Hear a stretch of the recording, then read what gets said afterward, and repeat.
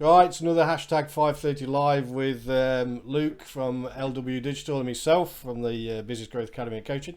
And today we're discussing Facebook ads, something I know a little about, I won't say a lot, but we'll get into it with Luke and go through some things. So Luke, go on then. You want to kick us off? Yeah, we'll try and keep this one to 15 minutes this week, Adam. I think last Yeah. week was a bit long, wasn't it? So we'll try and keep it on to 15, 15. Yeah, thanks. Facebook ads, as people know, Facebook is the largest social media platform on the planet. 2.7 billion users worldwide, people logging in every second to go and check the feed. And advertisers have understandably took advantage of this. And Facebook have started selling advertising space on there, using the data that they continuously generate from people. So today we're just going to talk about how that all works and what advantages that could potentially bring to business owners that want to try it. So initially, we'll just talk about the way that Facebook targets people. So when you set up an advert, you can essentially target people based on a few main things. These are their interests, their demographics, and their locations. So interests are basically things that Facebook will determine about your profile based on your activity on Facebook. So for example, if you like loads of business management posts, pages, etc., you're going to be probably associated with an interest to business or management with your account. Now what you can do as an advertiser then, if you've got a course, for example, that sells to business or managers or leaders, you could target this interest and get your adverts appearing in front of these people, which is great because they're ideally, on a broad sense, your ideal customer. With the demographics, you can narrow this down further.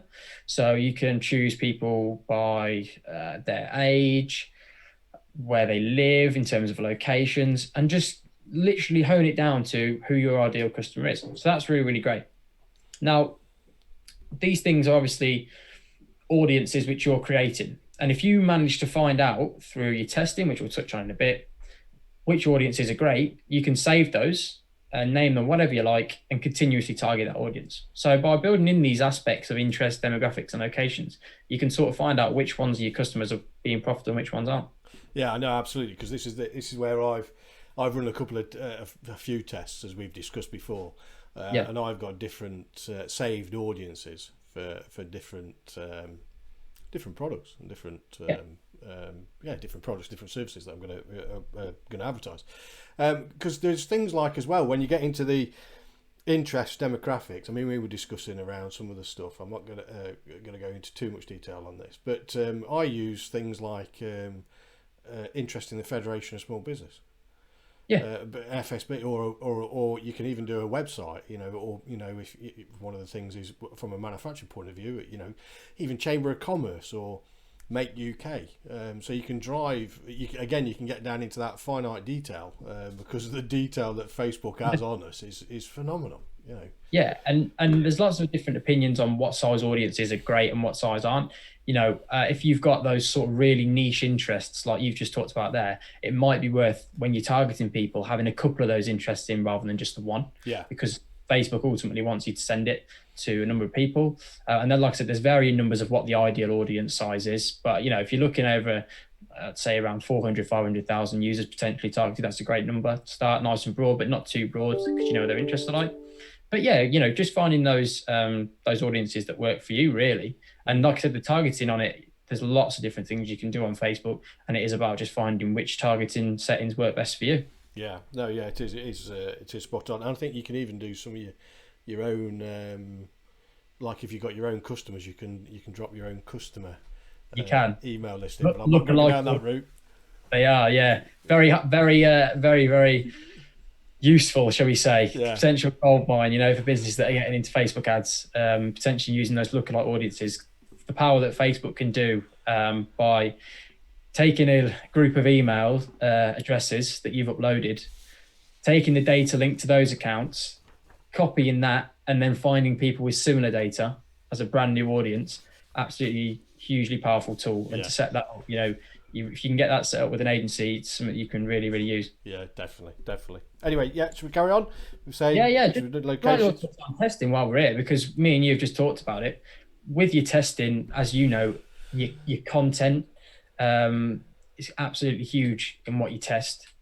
your copy, your wording, absolutely huge. And these are the two main aspects of when you create your ad. You have your creative, whether that'll be image carousel, videos, etc. And then it's about finding what content works right for you and what content goes with the right copy. Yeah, because I started messing about with this probably last year, and then more so this year, and I still like running tests.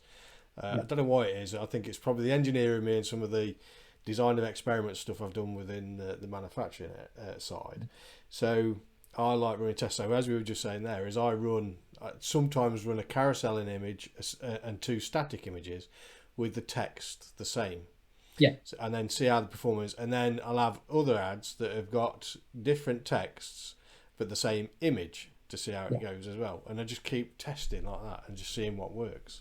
And it's a fascinating. I know we're going to talk about budget because it's best to actually use a small budget on that to see how it works, and then up it whichever ones are the best. But we'll get to that, won't we? Anyway.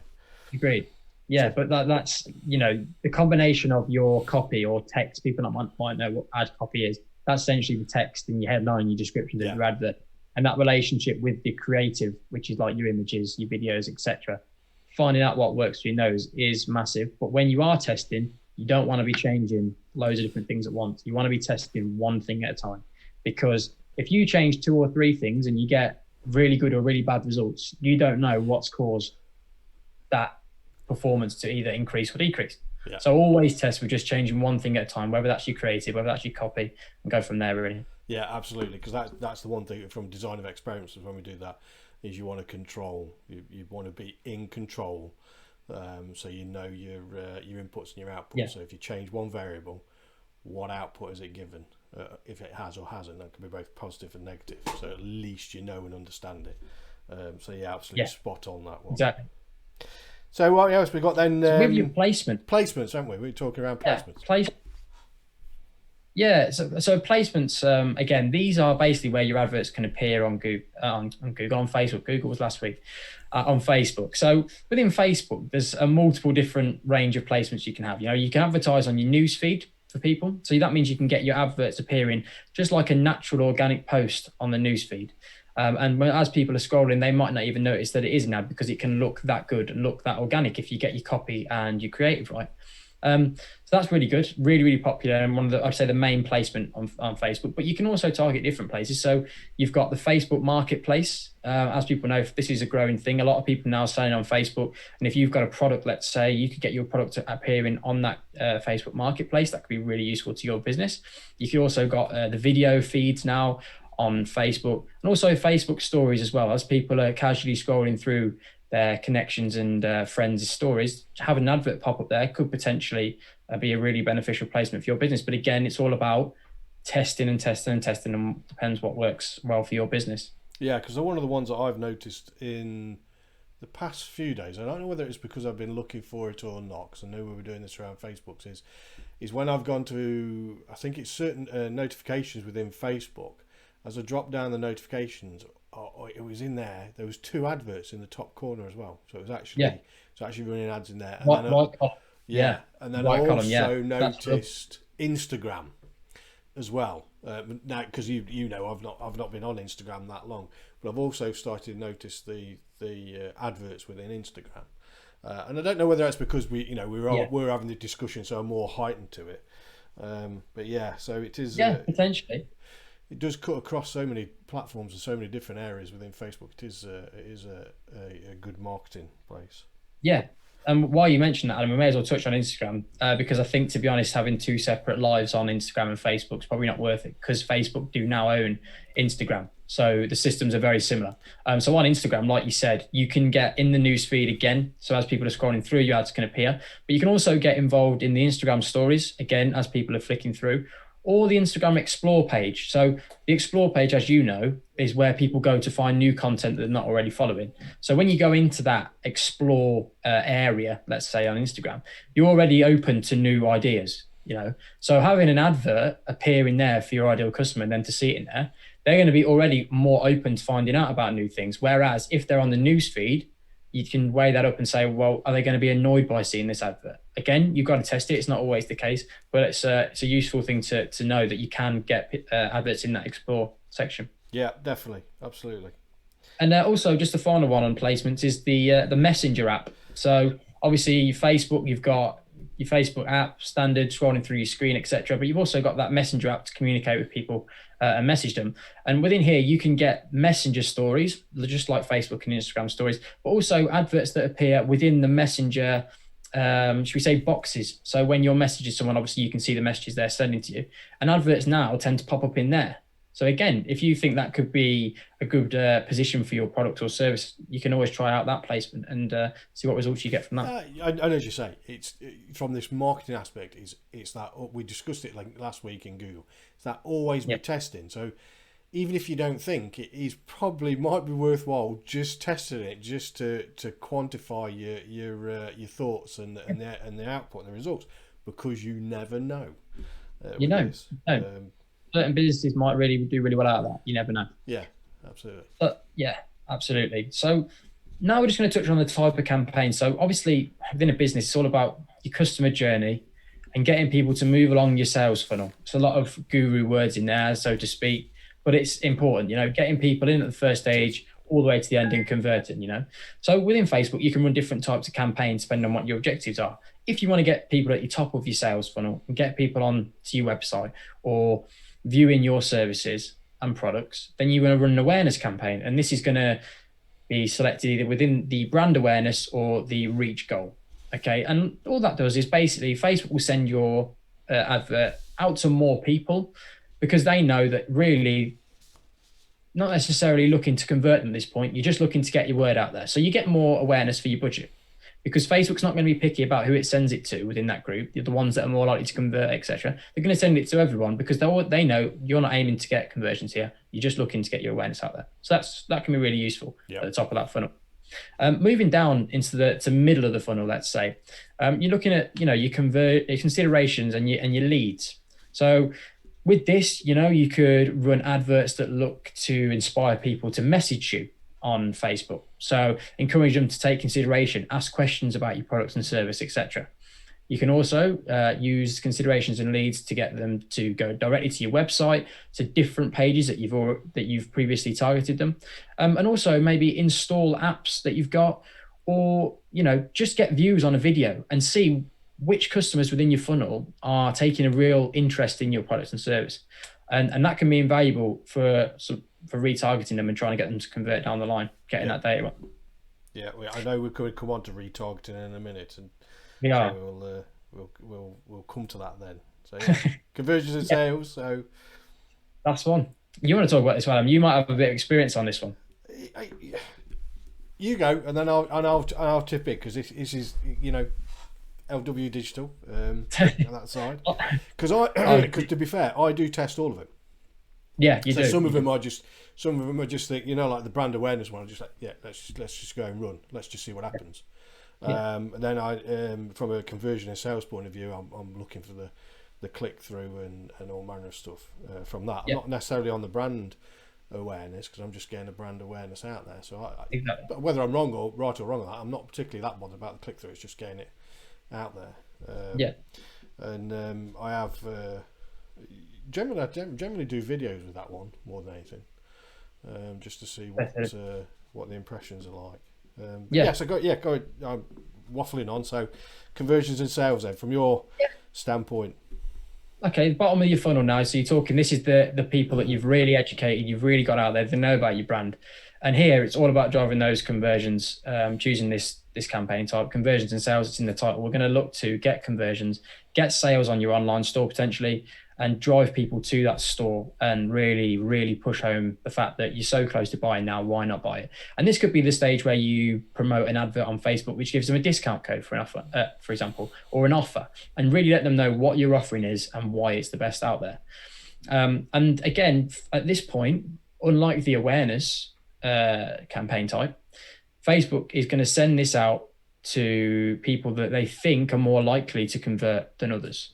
Now, it's slightly different to retargeting, which we're going to talk about, because retargeting, when you're going to be targeting the people you think are the most likely to convert, Whereas with this one, you're leaving it up to Facebook to decide about who they think's most likely to convert. But again, it is effective, and it's there at the end of the day. They're the ones with the data. So if they're saying certain audiences are more likely to convert than others, then ultimately, again, test it out and make sure that what they're saying is right. Yeah, absolutely. Yeah, when we say they're the ones with the data, I mean it is a phenomenal amount of data, and it's not very often that they're wrong on this stuff, is it really? No, definitely not. No, good. Now we're talking here around different calls to actions as well within this, as you got down here in your notes. Because I do test different call to actions, and it can make a hell of a difference. Even down to absolutely not necessarily a call to action, even down to sort of like I've noticed on one particular test that I did, because you have an option of how your URL is displayed, and even on that made a difference in one of my ad tests as well. So yeah, always a call to action. Always got to have a call to action on everything. What's your insight into this one on Facebook ads from that? Yeah, I mean, the call to action, it's completely dependent on what you want those customers to do. If you want to get somebody to visit your website and having that visit website call to action on an awareness campaign, for example, great. It tells them what you want them to do. They're going to click the link. They're going to go over and have a look at your website. If you're trying to educate them more, or you're retargeting someone who already knows about your brand but might not know enough yet to make a conversion, that learn more button that then appears, for example, might be more relevant and useful than just visit website, because they might think, I've already seen an advert. I don't want to visit your website. But if they want to learn more, they're more likely to do that.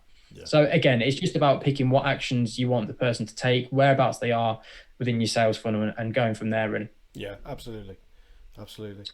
Yeah. So big one then. This is the one that I think most people probably, I would say, is a subject that they are unsure of sometimes, and what to do. So this budget and scheduling. Yeah. So we've already spoke around. I do use small budget, starting off as a little test to test the advert image and copy. Then when I'm happy, I'll bung a bigger budget together. I don't know whether you're the same or whether that's the same approach that you do. I don't know. No, I think the first thing I'll say is anybody that's doing any sort of digital marketing that involves you paying for media buying, it's all about knowing what your budget is in terms of how much you want to spend per lead potentially.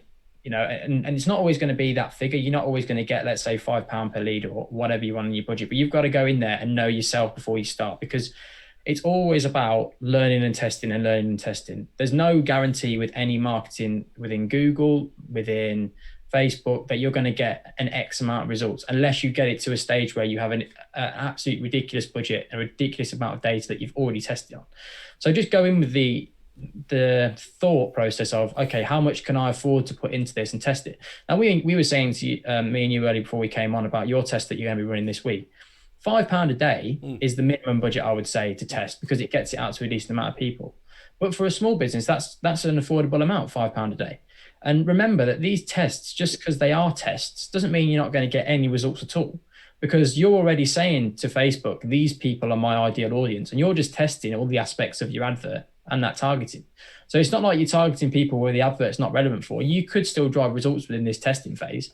And it's actually called the learning phase in Facebook, that first 7-day window.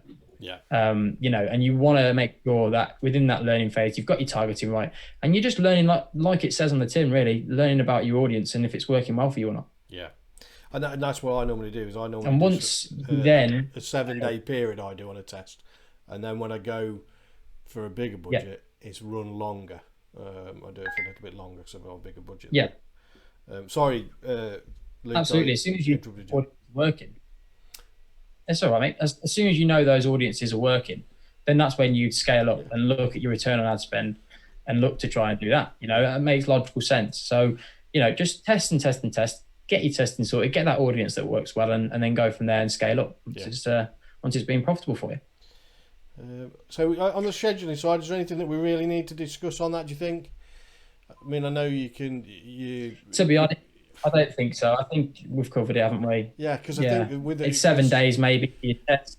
yeah, because the learning phase, like you were saying, earlier, is that Facebook sort of like really does a lot of it for you, in Yeah. knowing, because it goes into that learning phase, and you can, and they want to maximise the result and the output for you. So Yeah. The one thing I'll say on that, to be honest, is to said scheduling side of it, just think about what your monthly budget is or the lifetime of your campaign budget is, and just work out your daily budget from there. If you've got £100 put into Facebook ads, split it up evenly onto those different tests. Make sure you've got enough to make sure the tests are worthwhile, and budget like that. But your 7 day testing window should be absolutely fine for majority of tests, and allowing you to gain the benefits of the Facebook algorithm and the learning phase. And then once you get those audiences and putting those high budgets in, you can go for a couple of weeks then, as long as you're getting those results that you're looking for. Yeah, absolutely. Testing, do you think we've covered? Or is there anything that, because you got down the notes in here, this not plug and play and week length on this testing, is there anything that you think we need to expand on that? The thing for me, marketing is all about testing, and you've got to keep testing. And having your measures, and monitoring the measures and your output, your results from it. So it is. I think we said last week is that always the old adage we said last week was, from a sales perspective, was always be closing. It is now always be opening, not always be closing, because that's the old-fashioned way of selling. And in marketing, it's always be testing. So it is critical, really, within your budget that as you were saying. But anything else? Do you think we've missed on that testing side? I don't think so. I think we've covered the basics of it. The last thing we want to talk about today is this gold mine for marketers, that is retargeting. And for people that don't know what retargeting is, this is essentially sending adverts to people that have already interacted in some way with your business. So this can be viewing a certain page on your website. This can be adding a certain product or service to their shopping basket. And from data that you've already got where they are in your sales funnel. And it's about going back in and sending them tailored adverts for where they are on that journey and trying to get them to essentially convert and check out. Do you think this is where some of the main, how can I say? Oh, Adam, we're still here. The Zoom's gone a bit dead. Yeah, no, it's still there. I think we're there. Can you hear me okay? There we go. Yeah. We're good. Yeah, we're cut out then. We're good. Yeah. No, the internet does seem to be playing up, so we do apologise, even though we are live. Yeah, the retargeting side seems to be that it is. I've not tested this much as yet. It is something that's on my agenda to do. But I don't think there'd be anybody that isn't surfing the internet, going on the web and shopping, that wouldn't have been targeted by a retargeting advert. They are that popular. Yeah, absolutely. Do you think? It was a question for me. Do you think that a lot of the sale is made on the retargeting than the initial ad? Absolutely. That's why marketers love retargeting. It is a gold mine. You think about it logically. These people that you're retargeting have already interacted somewhere with your brand, so they already know where you are and who you are. So they're already past that first stage of knowing who you are. So that's a win straight away. And retargeting doesn't have to be the sell. You don't have to get the sale on that first retargeting ad. It can be about educating, and that's often what the first retargeting ad is. They know who you are. Let's provide them with the benefit of why your product or service is really good, or what solutions does this solve for the customer. And then they might think to themselves, okay, let's do some more learning. Let's find out more about this product. Let's compare other alternatives. And at that point, then, once they've got all that information, which they didn't previously have because you've retargeted them, retarget them again with an ad looking to make them convert, with your offer of, okay, what is it that we do? This is why we're the best. For example, let's just put in a 10% discount code to encourage you to come back. They come back in, they convert there, and the retargeting adverts work to treat. Yeah. It's not that easy, obviously, but that is the goal of retargeting ads. It's about just getting them along that customer journey again. Yeah, absolutely. It is that. As Luke said, I know we keep talking around the customer journey, and it may sound a bit, guru sort of like tech influencer-esque, but that is part of the thing within sales and marketing. It is understanding that customer journey, that customer value journey, and moving them through that process and through that targeted way, that customer way. Anything else then? So we got, because you mentioned, and it definitely works, Adam, as well. Sorry, you there, Luke? It definitely works as well. That's why people do it. Yeah, definitely works. Yeah. Now you've got down here dynamic retargeting. Cart abandoners, I would imagine, is an absolutely key one for anybody that's running that shop or anything. It looks like Luke has frozen again, so the internet I do know has been playing up a little bit today. Are you there, Luke? Can you hear me, even though I haven't got you on visual? I can hear you now. Yeah. We're not playing games tonight, is it? No, it's not playing well. It's not playing fair at all. So cart abandoners and dynamic retargeting. It is. Yeah. I mean, I did it today. I was on the web looking. I can't remember what it was for. I think it was some camera mount. I went off elsewhere, and there it was in Sky News. The bloody camera mount advert that had retargeted me as I'd come away from it. And it's about having those ads set up, Adam. So that's where the dynamic part is. You can set those adverts up ready to go for when someone does come on your website. So rather than reacting, you're always there and ready and waiting for these customers to do. So someone comes on your website, as soon as they've left, they've been on your website, and the next site they go on, you can be there. They go back to Facebook, you can be there reminding them about your product and service. And the cart abandoners thing, like you said, just constantly reminding you that you should be spending money with certain businesses, and it can work great for businesses as long as you get it right. Definitely.